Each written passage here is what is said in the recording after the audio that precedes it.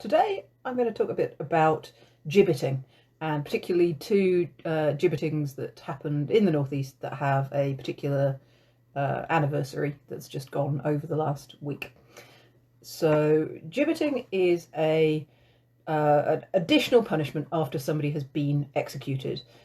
There is very, very little evidence, and what evidence there is not very good to suggest that anyone was ever put in a cage while they were alive. This is something you do afterwards. So you execute the person, possibly you cover them in tar or something like that, but again, the more you look at the evidence for that, the weaker the evidence gets. And then you have had the blacksmith to make a special cage for you. Really complicated, difficult thing to do, so it's one of the reasons it doesn't happen very often. It's expensive, if nothing else. And then you leave the body hanging, often at the scene of the crime or somewhere nearby the scene of the crime where a lot of people could see it, and that is supposed to be a warning to other people that crime does not pay. It's been done for hundreds of years. There are cases going back into the 14th century, but the period at which it is part of the standard legal system is after the Murder Act of 1752, where they say all hanged murderers should be either gibbeted or dissected. And most of them get dissected because the surgeons are desperate for the bodies, but in theory they could be gibbeted. And judges could also choose to add it in for something like highway robbery and other very severe crimes. And it's in place for only about 80 years until 1834, when the Anatomy Act effectively makes it pointless. And it is this sort of extra punishment because people are worried. They're worried that come resurrection, their body should have been buried in one go, in one place, so that they can be raised from the grave again. It denies them a decent burial amongst their friends, and there's that obvious shock value to it that people will see this. They were quite often left there for a long time. There's plenty of petitions that survive of people petitioning to have it removed, and generally people don't even bother petitioning until it's been at least 5 years. It's a long time for a corpse to slowly get picked at by critters.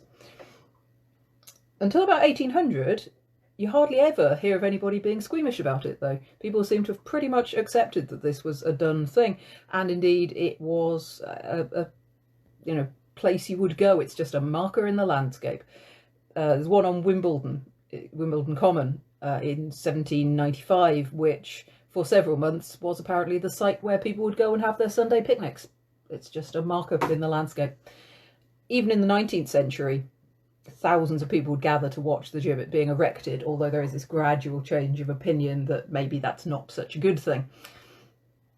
They attract superstitions. There's a superstition that applied to at least two of the local ones, that if you manage to get a piece of wood off the gibbet, you can rub it on your gums to cure toothache, which seems very odd. I really can't, because surely the wood's going to be splintery and spiky, but that was a thing.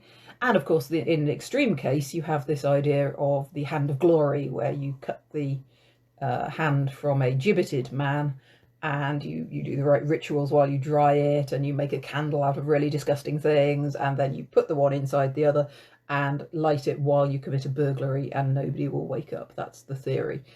There's one in Whitby Museum, which is the only surviving hand of glory that might be the real thing from the right date, and it's marvellous and creepy and great. In the northeast, it wasn't that popular a thing to do. There only seem to have been perhaps half a dozen cases in the last 150 years of its existence as a punishment, although there are some place names around that hint that in time before that there must have been some other ones. We just don't have the details anymore. So you have poor mad Andrew Mills, who in the 1680s heard the devil in his head telling him to kill them all, and murdered a group of a family, some children. You have a couple of highway robbers. One's robbing the mail coach, particularly. You have William Winter. Of course, his Winter's gibbet site is still there, and you can still see a replica of Winter's gibbet. And he was a gypsy who cut a woman's throat in the course of a robbery. And that's pretty much it, apart from the two which we're going to concentrate on today. First of all, the earlier of the two, who is a gentleman called Michael Curry. And there's a place in Whitley Bay where the causeway out to St Mary's Island, the little promontory just before that, the peninsula just before that causeway, is known as Curry's Point. And it's known as that because this is where poor Michael Curry had his gibbet. So piecing together what happened in the case of Michael Curry, it goes something like this. In the early hours of the 11th of January 1739, Robert Sheville, who is the landlord of the Three Horseshoes pub in Hartley, near the site of Curry's Point, as was to be, stumbled into his next door neighbour's house, either in his nightshirt or naked, depending which version you believe, with blood all over him. He sat down on a chair, and it became clear to his neighbours that his throat had been cut several times, and he had his own bloodied razor in his hand, and he was obviously finding it difficult to speak. But he survived for another couple of days, and in that time, in front of several different witnesses, including his own bastard son, he managed to say and to write down in front of lots of witnesses, it was Michael Curry that did it. Michael Curry killed him. Curry caused my death. Curry was the end of me. And lots of other ways of putting that. It seemed like that was all he was saying, really. And then he died. Of course, when he first did this, in the morning after he'd first turned up with the throat wound, constables had gone to the house of Michael's father, Ralph Curry. Possibly Rafe, I'm not sure, but let's stick with Ralph. Michael was a sinker of coal pits, made the little bell pits probably, and he'd been lodging at the Three Horseshoes, but when he was brought out of the house, he said that no, I haven't been there since Monday evening. I stayed at a friend's and then I stayed here at my father's, and all the witnesses agreed that they hadn't seen him in that time. He provided this detailed account of all the different places he'd been.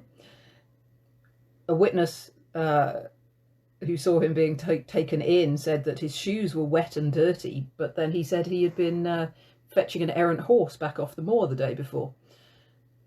They said his stockings had been newly washed, and even said they thought they saw traces of blood on them, but nobody apparently thought to chase that up. The constables took him in front of Robert Sheville, who again said, yep, that's him, that's Michael Curry, he's the man that did it. Seems like an easy case, although we have no idea why, of course. But there's other little hints within the documents, which only make sense when you read the final document in the set that I was given, and suddenly the whole thing takes a very different light. So the previous Saturday, Robert Sheville had gone to a magistrate, and he had said that back in December, he had so a month previously, he had found Michael Curry in his own wife's bedroom, Isabel Sheville's bedroom. Apparently they have separate bedrooms, which is a weird thing at the time to start with, but let's go with that. And he said to Michael Curry, what are you doing there? And Michael Curry apparently said that, oh, I was looking for some water. And Robert pointed out that the water was downstairs, not in his wife's bedroom. And Robert at this point, so he was convinced that Michael and Isabel were having an affair. And that he said, you know, you're no stranger to this room, are you? You've got a week to leave. But when his wife found out that he'd given Michael a week to leave, she said, well, no, I'm going to keep him.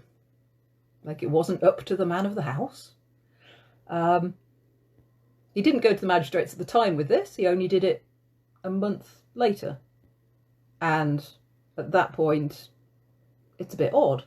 He's obviously going to be embarrassed. This is not the sort of thing that somebody in the 18th century is going to be admitting to, that he's a cuckold, or admitting that his wife has said, no, he's staying here regardless of what you think. But something must have happened that Saturday to make him think it was worth taking to the court after all, but he doesn't specify that bit. And then there's what happens on the Monday evening, just a few days before the murder, as told by Michael Curry's father. Michael Curry's father, Ralph, says that the two of them, Michael and Ralph, were in the Three Horseshoes having a meal that night, along with Isabel and her two brothers, who were Michael's friends. And Isabel said that her husband couldn't join them as he had taken the pot, which I assume means had a stomach upset and was sitting on a pot somewhere, but it's not entirely clear.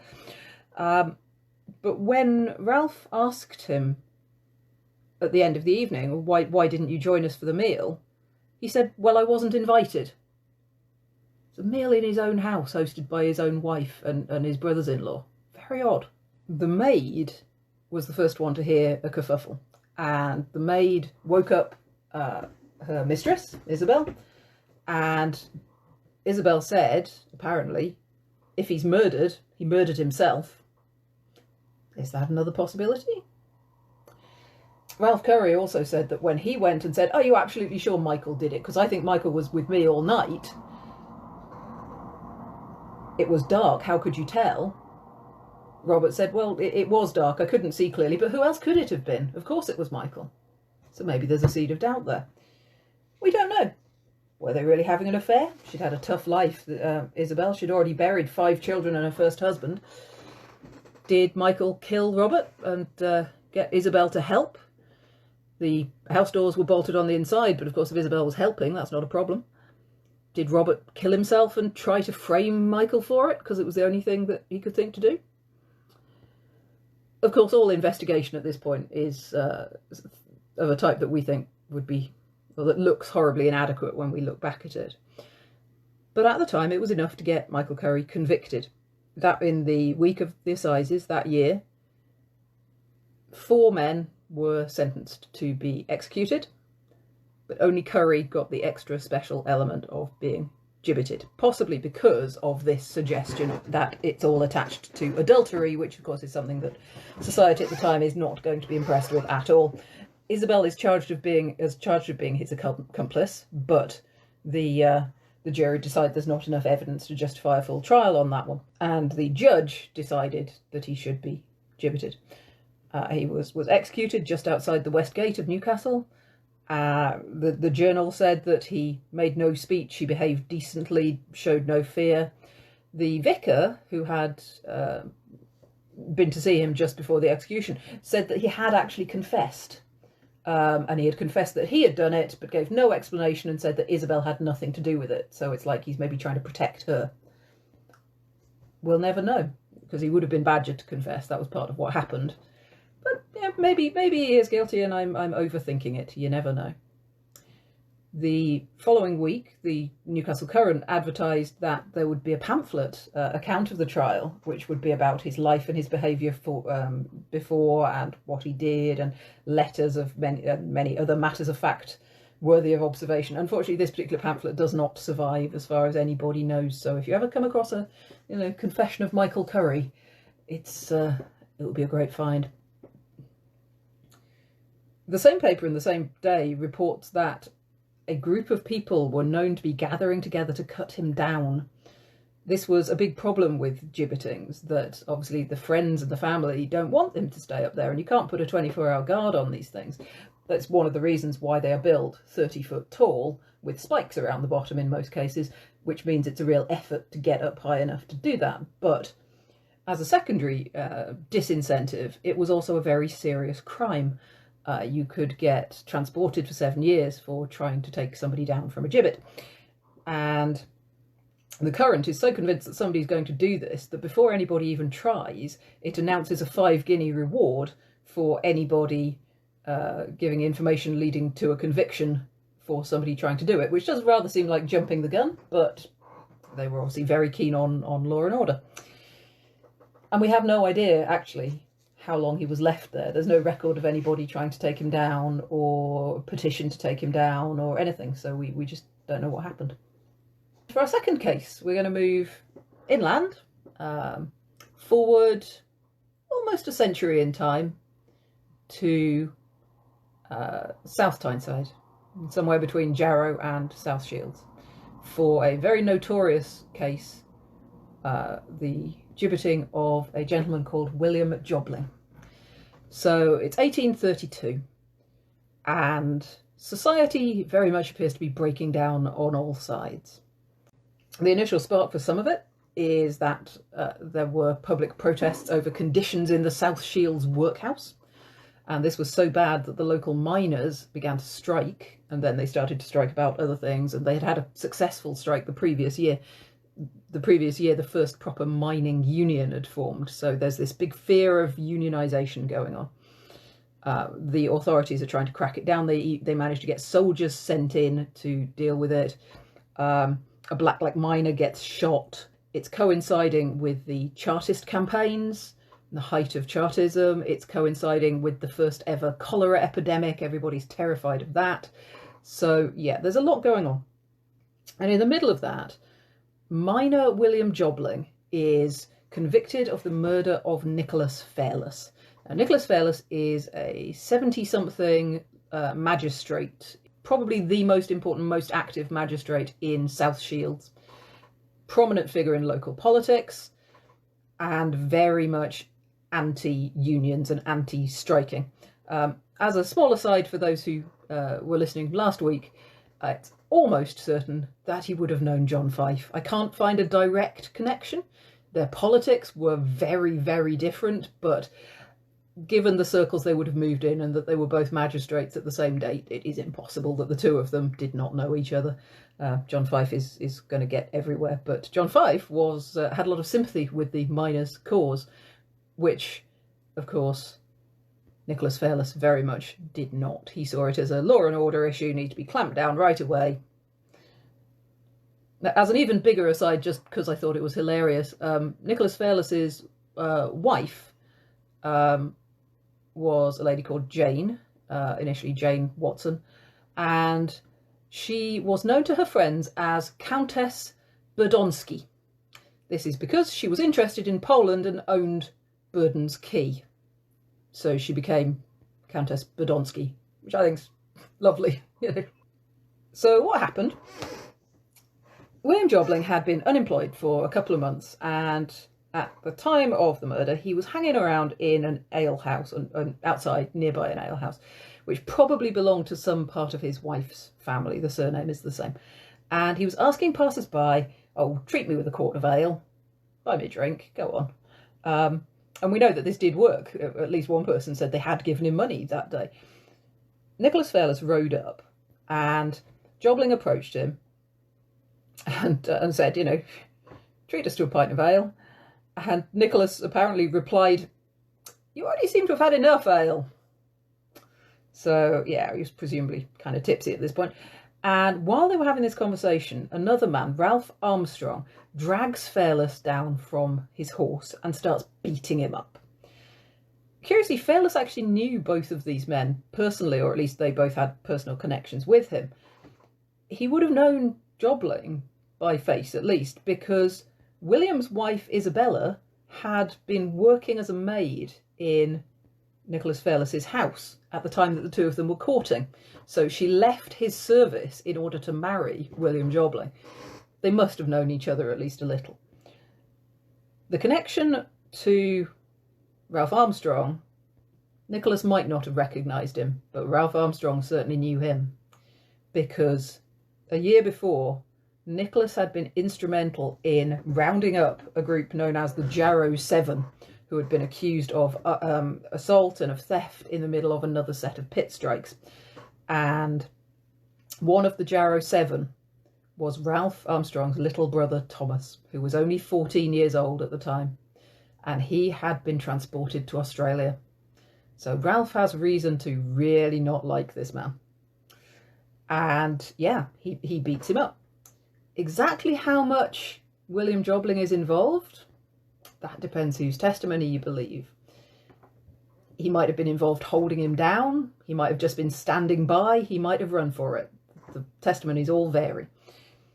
But Fairless lived for several days, and in this time he repeatedly said that it was Ralph Armstrong that had killed him, that none of the violence had come from William Jobling.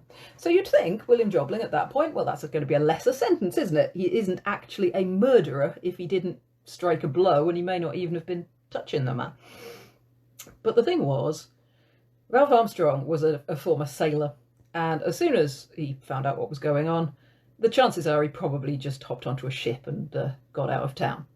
Certainly the huge reward of £400 to find him never came to anything. He just disappeared. So instead they took William Jobling to trial, and there was this argument about, was he holding the man down? Was he just standing there? Some witnesses said that he was a very mild-mannered man. Indeed, he was a notorious coward, so probably it wasn't him. But he hadn't tried to stop the attack, and that apparently was going to be bad enough. And of course, it's bad enough because of the politics at the time. If this had happened amongst other people, it wouldn't have been a big deal. But the whole point was to keep down these rebellious miners and keep down their unionism and keep down the idea that they should have any interaction with their betters, people like magistrates. And William Jobling was just going to be the fall guy for the whole of that political trend at the time.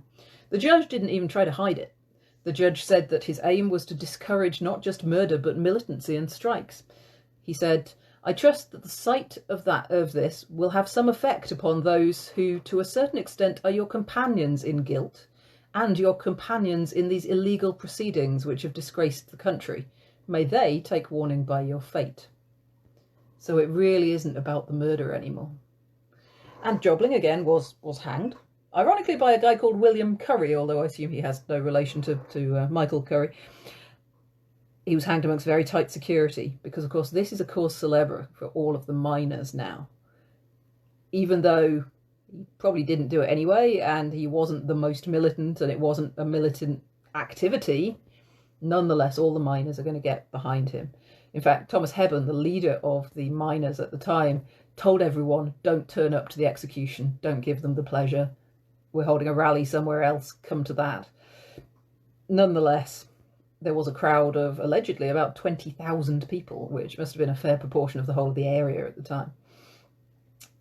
It was a slower death than it needed to be, apparently, because he heard somebody call, "Farewell, Jobling," and he turned his head to look at the person in the crowd just at the moment the rope, the noose tightened, and therefore it didn't get the right bit of his neck.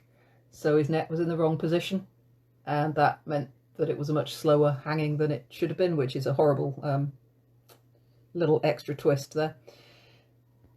There was tight security, though. 50 mounted hussars and 50 infantry were positioned in front of the jail and protecting the gallows to make sure nobody tried to rescue him or nobody tried to riot, because that was a very real possibility.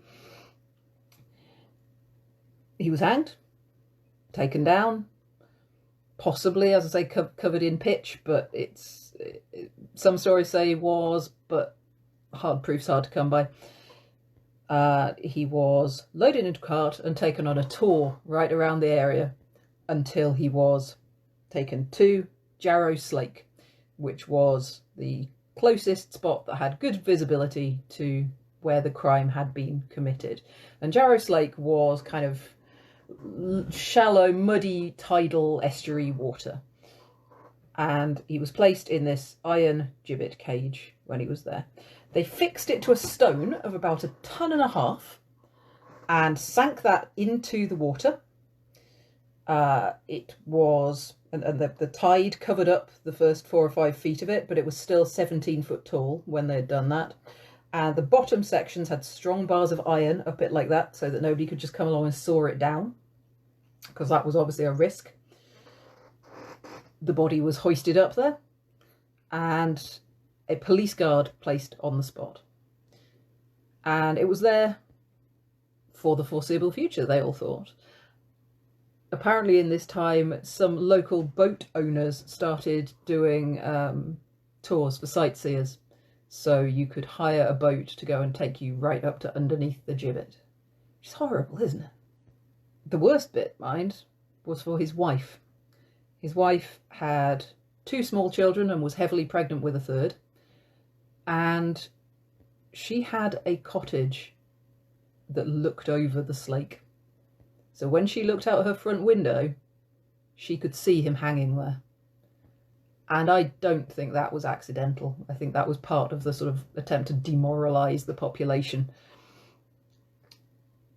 She did on the other hand, lived to be 96, so presumably she had a lot of other good things happen in her life after that date. They kept the police guard there for just over 3 weeks. On the very night the police guard was removed, the body was rescued. They'd obviously got their plan, they were waiting just for an opportunity. And even at the time of the execution, there were rumours, you know, we're not going to let him stay there. As soon as we can take him down, we're going to take him down. So in the small hours of the 1st of September, the body and the gibbet vanished into the night. The pamphlet account of this, which does survive, suggests that the body was carried out to sea and dumped to keep it safe. Jobling's gibbeting is actually quite hard to say. Jobling's gibbeting was the penultimate in the country. And the last one that happened was just 10 days later and only stayed up for 3 days. So his body was the last fresh gibbet in the country, as it were. And aside from it being a scare tactics thing, apart from it being to do with the miners, it probably only happened because of a terrible misunderstanding of a recent change in the law. So in 1832, the Anatomy Act said that the courts could no longer give murderers to the dissectionists. Now, the previous act had said that all murderers had to be either given to the dissectionists or gibbeted. This act said they can't be given to the dissectionists. It's possible that in these two cases, Jobling's one and the other one that was 10 days later, whoever read that law didn't read through far enough to notice that they were now allowed to just bury them on the jail grounds. So they thought, we have to gibbet them then. If we can't dissect them, we've got no choice. It's a theory. And the whole thing gets abolished 2 years later anyway, because by that time, most people are of the opinion that it doesn't deter and it's just a bit repulsive, really. There is an odd little coda to the case of William Jobling.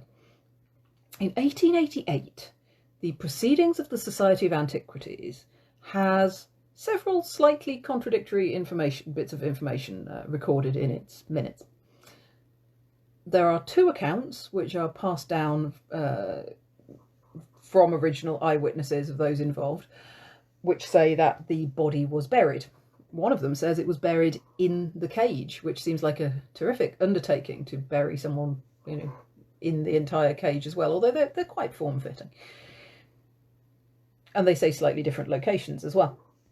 One of the possible locations is a place which at the time was the old Gaslight pub in the grounds of that.